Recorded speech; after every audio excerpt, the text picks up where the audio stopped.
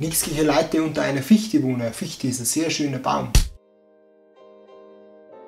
Habe die Ehre, servus, hallo und herzlich willkommen zu einer knackfrischen Ausgabe Bayerisch für Anfänger. Heutiges Thema, ihr habt es sicherlich schon in der Videobeschreibung gelesen, sind Möbel, Namen, Bezeichnungen. Ihr wisst schon, was ich meine, wenn man quasi zu Möbel in Bayern sagt. Los geht's, fangen wir gleich mal an mit dem, wo ich mich gerade drauf befinde. Das ist eine Art Stall. Alle Möbel, die ich euch so in diesem Rahmen zeigen kann, zeige ich euch, und alle anderen, denke ich, könnt ihr euch vorstellen, weil ihr es wahrscheinlich zu 99% selber daheim habt.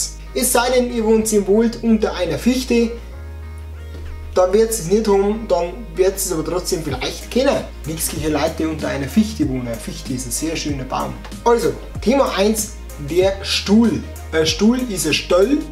Ist ein Stall relativ klar, wie mein Beispiel hier, dann ist ein Stalladl.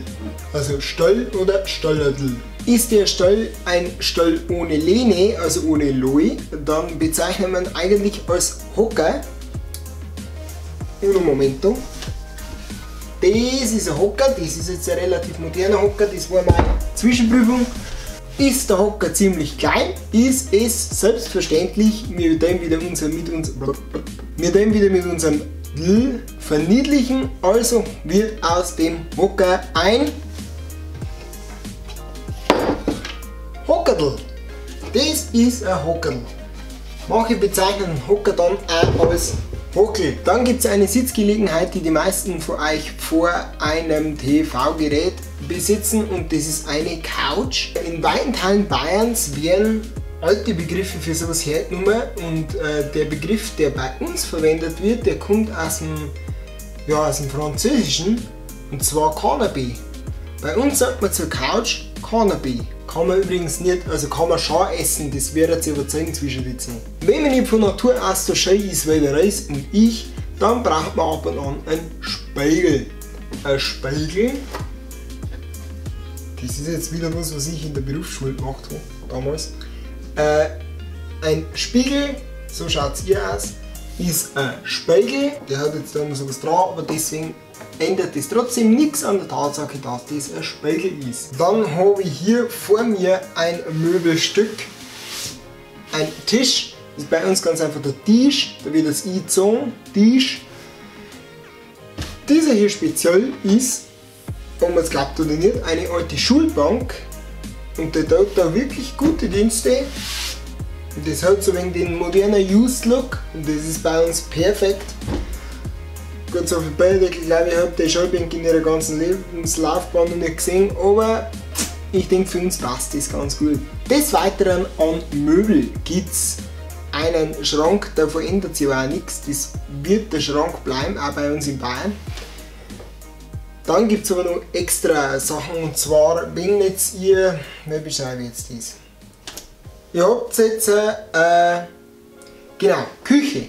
Ihr seid in der Küche, ihr habt dann eine Küchenarbeitsfläche, dann werden die meisten da so ein Schränkchen oben haben. Das bezeichnet man als Kastel. Also Kästchen eigentlich, Kastel. Wenn sich das dann wirklich in der Küche befindet, dann sagt man dazu Kuchenkastel. In dem Kuchenkastel sind meistens Gläser oder so, ist wurscht jetzt. Als Kastel kann man aber auch bezeichnen ein stehendes kleines Schränkchen, quasi Möbel, wie jetzt da so ein, naja, Kastel, wenn halt da steht, weil da so ein Schub drin ist, weißt schon, und unten so ein Tiro, das ist ein Kastel. Beim Regal ist es gleich wie von Schrank, als Regal bleibt es Regal, das kann sich dreimal am Kopf stellen, wird es nichts anderes wie ein Regal. Beim Bett ist es so, die meisten sagen bei uns eigentlich auch nichts anderes wie Bett. Man kann aber auch Bettstot oder Bettstadel dazu sagen. Sehr verbreitet in den bayerischen Gefilden ist in urigen Küchen eine sogenannte Eckbank. Eine Eckbank, die ist meistens aus Holz, und in der Küche stumm drin halt so um einen Esstisch hinten eine Eckbank.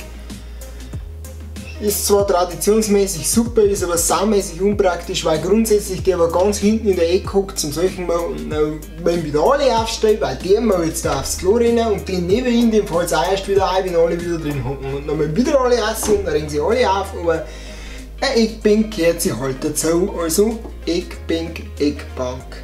Nicht nur selten anzufinden, selbst bei uns in Bayern sind die Truhen als Aufbewahrungsmöglichkeit für Tischdecken oder was weiß ich, so eine Truhe irgendwo, also Truhe ist jetzt nicht irgendein Kastel, sondern eine Truhe und zu der sagt man dann eine Truhe. Ja, das war es eigentlich zum Thema Möbel gewesen. Ich hoffe, euch hat es wieder gefallen bei dieser Folge Bayerisch für Anfänger. Jetzt nur 1, 2, ich glaube 3 Sachen in eigener Sache. 3 Sachen in eigener Sache. Ihr wisst, was ich meine. Sorry. Punkt 1. Nächste Woche, was ist nächste Woche? Die Woche. Also ab Mittwoch. Ab Mittwoch bin ich mit einigen Freunden in Köln auf der Gamescom. Wenn ihr da auch seid, ich glaube jetzt zwar nicht, dass man sich da explizit treffen kann, weil da haben so viele Leute.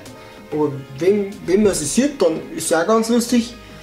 Da wird es übrigens jeden Tag ein Video geben. Wir sind dran von Mittwoch bis Sonntag. Genau, und da gibt es jeden Tag ein Video. Da bombe ich euch voll mit Videos, was geht. Dann haben wir genau eine Sache, die mir wirklich sehr am Herzen liegt. Am 9. September ist das Bayern 3 Dorffest. Da läuft aktuell ein Voting. Zur Auswahl stehen 3 fränkische Gemeinden und eine Gemeinde aus der Oberpfalz. Das heißt, Oberbayern, Niederbayern und Schwaben haben sich nicht einmal qualifiziert für die Voting-Phase.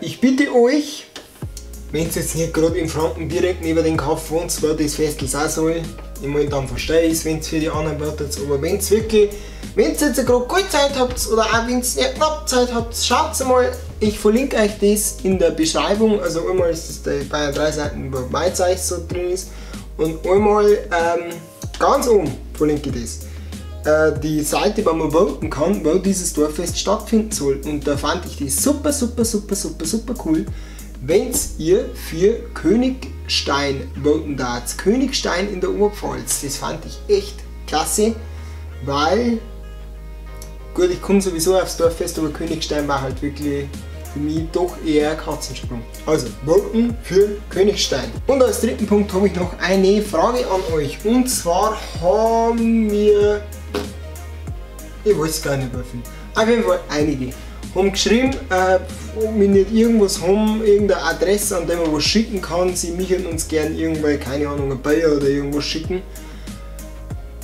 Meine Frage an euch, soll man das machen, dass man jetzt so eine Art Postfach einrichtet, dass man sagt, ihr wollt uns jetzt unbedingt ein Bayer schicken oder irgendwas oder sonst was oder keine Ahnung, soll man das machen, ja oder nein, schreibt es in die Kommentare.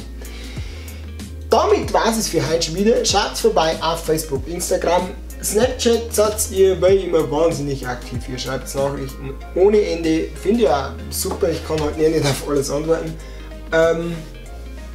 Ja, als nächstes kommen die Köln-Videos. Ich hoffe, Ihnen gefällt das. So wollen wir das machen. Wenn nicht, schreibt es in die Kommentare. Wenn ihr irgendwelche Verbesserungsvorschläge habt, auch immer her damit.